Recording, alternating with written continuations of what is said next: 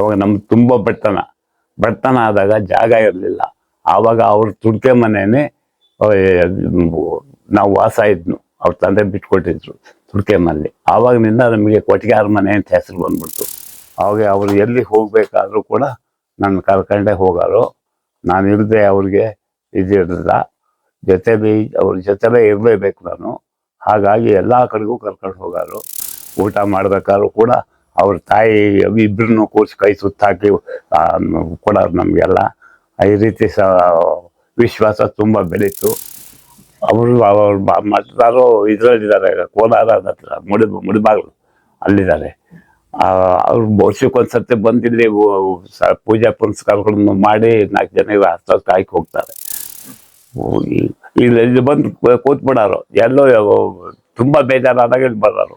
ತುಂಬ ಜನ ಬಂದಾಗ ಬರೋರು. ಹಿಂಸೆ ಊಟ ಮಾಡೋಕೆ ಬಿಡ್ತಿರ್ಲಿಲ್ಲ, ಅಷ್ಟು ಜನ ಬರೋರು. ಅಂತೂ ಅವರು ಅಲ್ಲಿ ತಗೊಂಡು ಸನ್ಯಾಸ ತಗೊಂಡಾದ್ಮೇಲೆ ಅವ್ರ ಉಪದೇಶ ಕೊಟ್ಟ ಮೇಲೆ ನಮ್ಗೆ ಏನು ಎಲ್ಲವೂ ಪ್ರಚಾರ ಶುರುವಾಗ್ಬಿಡ್ತು. ನಿಮ್ಮಲ್ಲೇ ನಿನ್ಗೆ ಗಂಡಿಟ್ಕೊಂಡು ಇನ್ನೊಂದು ಕಡೆ ಸುತ್ತಿಯಲ್ಲ ಅಂತ ಹೇಳಿದರು. ಹಾಗಾಗಿ ಮತ್ತೆ ಬಾಣಾವರಕ್ಕೆ ಹೋದೆ. ಅದಕ್ಕೆ ನಾವಾಗ ಒಬ್ಬರು ರಿಟೈರ್ಡ್ ಆಫೀಸರ್ ಮಗ ಬ್ಯಾಂಕ್ನಲ್ಲಿ ಇದ್ದಂಗೆ ಸಿಗ್ತಾನೆ, ಹೋಗಿ ಪರವಾಗಿಲ್ಲ. ಈಗ ಅವರು ಅಚ್ಚುಕಟ್ಟಾಗಿದ್ದಾರೆ. ಬ್ಯಾಂಕ್ನಾಗಿರೋ ಹುಡುಗ ಸಿಗ್ತಾನೆ ಅಂತ ಹೇಳಿದ್ರು. ಅದು ಬ್ಯಾಂಕ್ನಾಗ ಹುಡುಗ ಇತ್ತಿಲ್ಲ.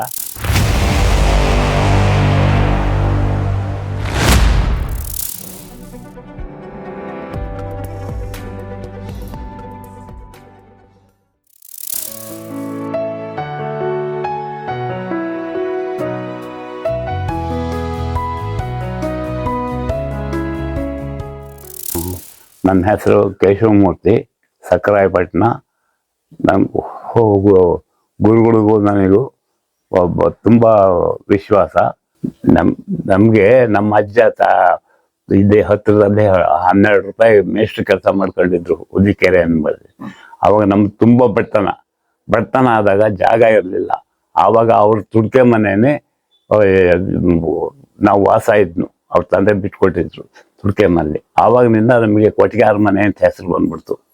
ಅದೇ ಆವಾಗಿನಿಂದ ಕೊಟ್ಟಿಗೆ ಮನೆ ಅಂತೇಳಿ ಕರೆಯೋರು. ಅದು ಇವತ್ತು ಅದೇ ಕೊಟ್ಟಿಗೆ ಮನೆ ಕೃಷ್ಣಪ್ಪ ಅಂತಲೇ ಅನ್ನೋರು. ತಂದೆ ಹೆಸರು ಕೃಷ್ಣಪ್ಪ ಅಂತ. ಇಬ್ರು ಕೆರೆಗೆ ಹೋಗ್ಬೇಕಾದ್ರೆ, ಎಲ್ಲಿಗೆ ಹೋಗ್ಬೇಕಾದ್ರು ನಾನು ಎತ್ತು ಗಾಡಿ ಮೇಲೆ ಕರ್ಕೊಂಡು ಹೋಗ್ಬೇಕಾಯ್ತು ಅವ್ರನ್ನ ಕೆರೆಗೆ. ಆಗ ಅವ್ರ ಮನೆ ನೀರು ಅಭಾವ ಆದಾಗ ನೀರು ತಂದು ಕೊಡ್ತಿದ್ದೆ. ಹಾಗಾಗಿ ಅವ್ರ ಮನೆ ನಮಗೆ ತುಂಬ ವಿಶ್ವಾಸ ಆಯಿತು ಆ ಥರದ ವ್ಯವಹಾರದಲ್ಲಿ.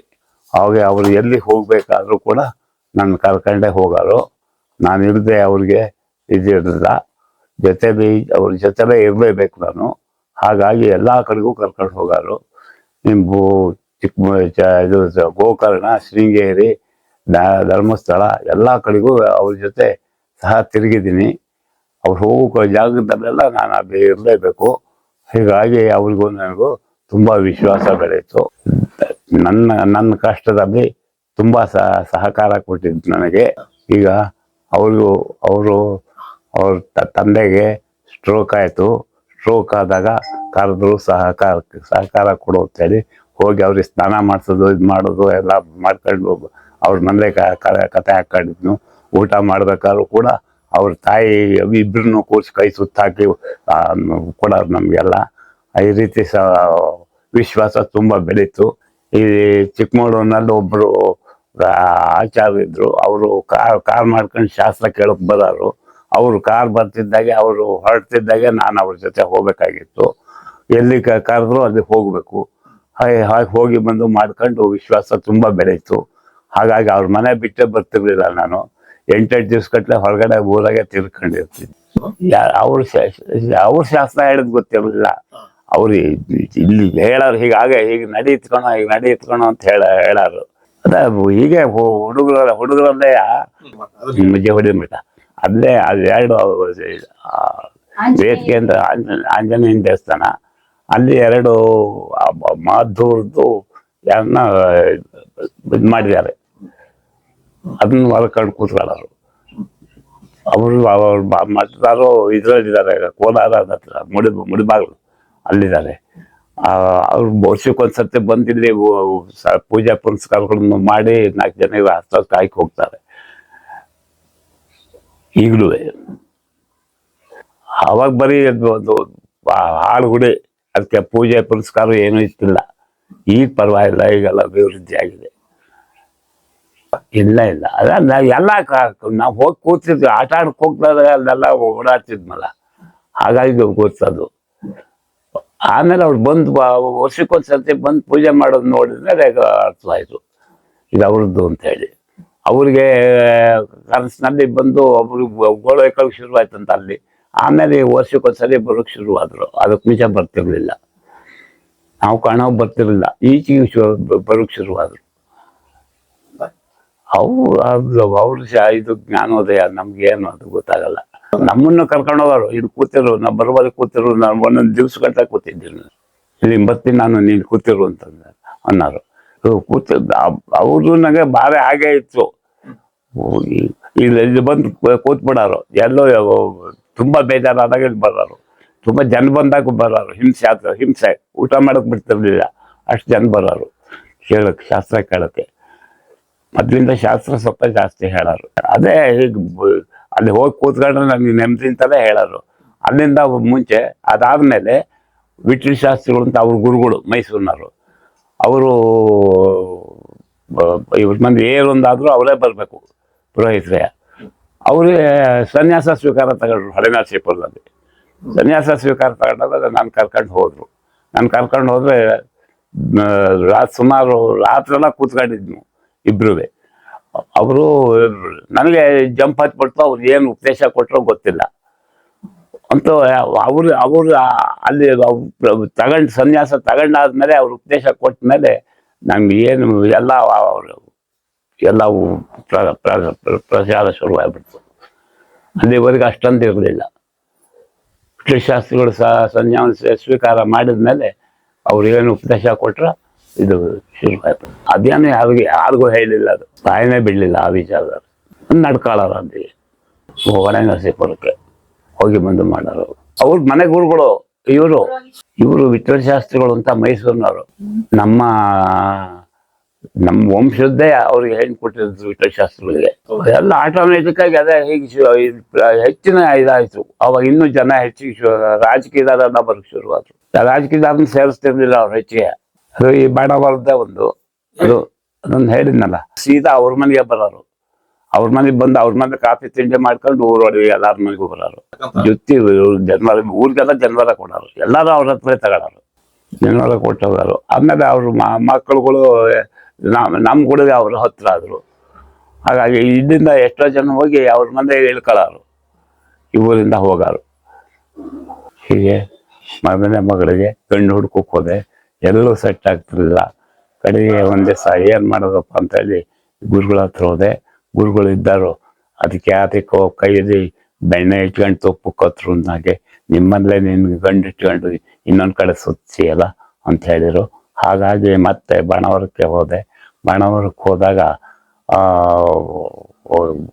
ಅವರು ಒಪ್ಕೊಂಡ್ರು. ನಿಮ್ಮ ಹುಡುಗಿ ಕೇಳಪ್ಪ ಅಂತಂದ್ರು. ಅವ್ರು ಒಪ್ಪಿಸ್ ಮಾಡ್ಕೊತೀನಿ ಅಂತಂದ್ರು, ತಂದ್ಕೊತೀವಿ ಅಂತ. ಆಮೇಲೆ ಬಂದು ಇವಳನ್ನ ಕೇಳುವತ್ತಿಗೆ ನನಗೆ ಇಷ್ಟವಿಲ್ಲ, ಅದು ಏನೇನೋ ಹೇಳ್ತಾರೆ, ಸಂಬಂಧದಲ್ಲಿ ಇದು ಮಾಡಿದ್ರೆ ಅಂತ ಮಕ್ಳು ಹುಟ್ಟುತ್ತೆ ಇಂಥ ಮಕ್ಳು ಹುಟ್ಟುತ್ತೆ ಅಂತ ಹೇಳಿಬಿಟ್ರು ಅಂತವ. ಆಮೇಲೆ ಅವ್ರನ್ನೇ ಕೂರಿಸ್ಕೊಂಡು ಒಂದು ದಿವಸ ಅವ್ರ ಕಡೆ ಹೇಳುತ್ತೆ. ಆಮೇಲೆ ಒಪ್ಕೊಂಡ್ಲು, ಲಗ್ನ ಮಾಡಿದ್ನು, ಈಗ ಚೆನ್ನಾಗಿದ್ದಾರೆ. ಆಮೇಲೆ ಎರಡನೇದಕ್ಕೂ ನನ್ನ ಮಗಳು ಭಾಗ್ಯಲಕ್ಷ್ಮಿ ಅಂತ, ಅವರು ನನ್ನ ಬಾಮ ಇದ್ನ ಶಿವರಾಮ್ ಅಂತ ಹೇಳಿ ಅವನಿಗೆ ಕೊಟ್ಟು ಲಗ್ನ ಮಾಡಿದ್ನು. ವರ್ಷದೊಳಗೆ ಒಂದು ಗಂಡು ಮಗು ಆಯಿತು. ಈಗ ಅವ್ರು ಚೆನ್ನಾಗಿದ್ದಾರೆ, ಇಂಜಿನಿಯರ್ ಕೆಲಸ ಮಾಡ್ದಲ್ಲಿದ್ದಾನೆ. ಈಗ ಎಲ್ಲ ಸುಸೂತ್ರ ನಡೀತಾ ಇದೆ. ಹಾಗಾಗಿ ಅವಳು ಸಂತೋಷವಾಗಿದ್ದಾರೆ. ಇದು ಮಾಡಿದೆ. ಆಮೇಲೆ ಎರಡನೇ ಮಗಳು, ಅದಕ್ಕೂ ಅವ್ರನ್ನೇ ಛಾಯಾಲಕ್ಷ್ಮಿ ತಲ್ಲಿ ಎರಡನೇ ಮಗಳು ಮದುವೆ ಮಾಡೋಣ ಅಂತೇಳಿ ಹೊರಟೆ. ಗುರುಗಳ ಹತ್ರನೇ ಕೇಳಿದೆ, ಹೇಗೆ ಮಾಡೋದು, ಏನು ಎತ್ತು ಅಂತ ಅಂತೇಳಿ. ಅದಕ್ಕೆ ನಾವು ಒಬ್ಬ ರಿಟೈರ್ಡ್ ಆಫೀಸರ್ ಮಗ ಬ್ಯಾಂಕ್ನಲ್ಲಿ ಇದ್ದಂಗೆ ಸಿಗ್ತಾನೆ, ಹೋಗಿ ಪರವಾಗಿಲ್ಲ, ಏನು ಅದು ಒಳ್ಳೆ ಅನುಕೂಲವಾಗುತ್ತೆ ಅಂತ ಹೇಳಿದರು. ಅಂತ ಹೇಳಿದ ಮೇಲೆ ಯೋಚನೆ ಮಾಡ್ಕೊಂಡು ಇದು ಮಾಡ್ತಾ ಇದ್ದೆ. ಆಮೇಲೆ ನಮ್ಮ ಅಣ್ಣಂಗೆ ಹೇಳಿದೆ, ನಮ್ಮ ಅಣ್ಣ ಬೆಂಗಳೂರಿನಲ್ಲಿ ಕೃಷ್ಣಮೂರ್ತಿ ಅಂತಿದ್ದಾನೆ, ಅವನಿಗೆ ಹೇಳಿದೆ. ಅವರಿದ್ದರು, ಅವ್ರ ಮನೆಗೆ ಒಬ್ಬರು ಕಾಯಮ್ಮಾಗಿ ಬರೋರು. ಅವನ ನಮ್ಮ ನಡವಳಿಕೆ ನೋಡಿಬಿಟ್ಟು ನಮಗೂ ಈ ಥರ ನಡವಳಿಕೆ ಇರೋರ ಮನೆ ಯಾವ್ದಾರು ಒಂದು ಹೆಣ್ಣಿದ್ರೆ ಹೇಳ್ರಿ ಅಂತ ಹೇಳಿದರು. ಅದಕ್ಕೇನಂತ್ರಿ, ನನ್ನ ತಮ್ಮನ ಮಗಳೇ ಇದ್ದಾಳೆ ಅಂಥೇಳಿ ಹೇಳಿದರು. ಅದಂತೆ ಅವರು ಮುಂದುವರಿ ಅಂತೇಳಿ ಹೇಳಿದೆ. ನಾನೇ ಅವ್ರಿಗೆ ಹೇಳಿದೆ, ಹೀಗೆ ಬರ್ತಾರಂತಲ್ಲ ನೋಡು ಹೇಳು ಅಂತೇಳಿ ಅಂತ. ಅವರು ಪ್ರಯತ್ನ ಮಾಡಿದರು. ಸರಿ, ಅಲ್ಲಿ ಅದು ನಡೆದು ಹೋಯ್ತು. ಈಗ ಅವರು ಅಚ್ಚುಕಟ್ಟಾಗಿದ್ದಾರೆ. ಬ್ಯಾಂಕ್ನಾಗಿರೋ ಹುಡುಗ ಸಿಗ್ತಾನೆ ಅಂತ ಹೇಳಿದ್ರು. ಅದು ಬ್ಯಾಂಕ್ನಾಗ ಹುಡುಗ ಇತ್ತಿಲ್ಲ.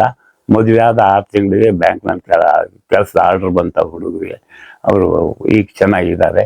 ಅವ್ರಿಗೂ ಒಂದು ಗಂಡು ಒಂದು ಹೆಣ್ಣು 2 ಇವೆ. ಇಬ್ಬರು ತುಂಬ ವಿದ್ಯಾವಂತರು. ಪ್ರದ್ಯುಮ್ನ ಅಂತ ಗಂಡು ಹುಡುಗ, ಪ್ರಕೃತಿ ಅಂತ ಹೇಳಿ ಹೆಣ್ಣು ಹುಡುಗಿ. ಅವರು ಎಲ್ಲ ಚೆನ್ನಾಗಿದ್ದಾರೆ. ಅವರು ಇವತ್ತು ಒಳ್ಳೆಯ ವಿದ್ಯಾವಂತರಾಗಿದ್ದಾರೆ. ಹುಡುಗ ಕೆಲಸದಲ್ಲಿದ್ದಾನೆ.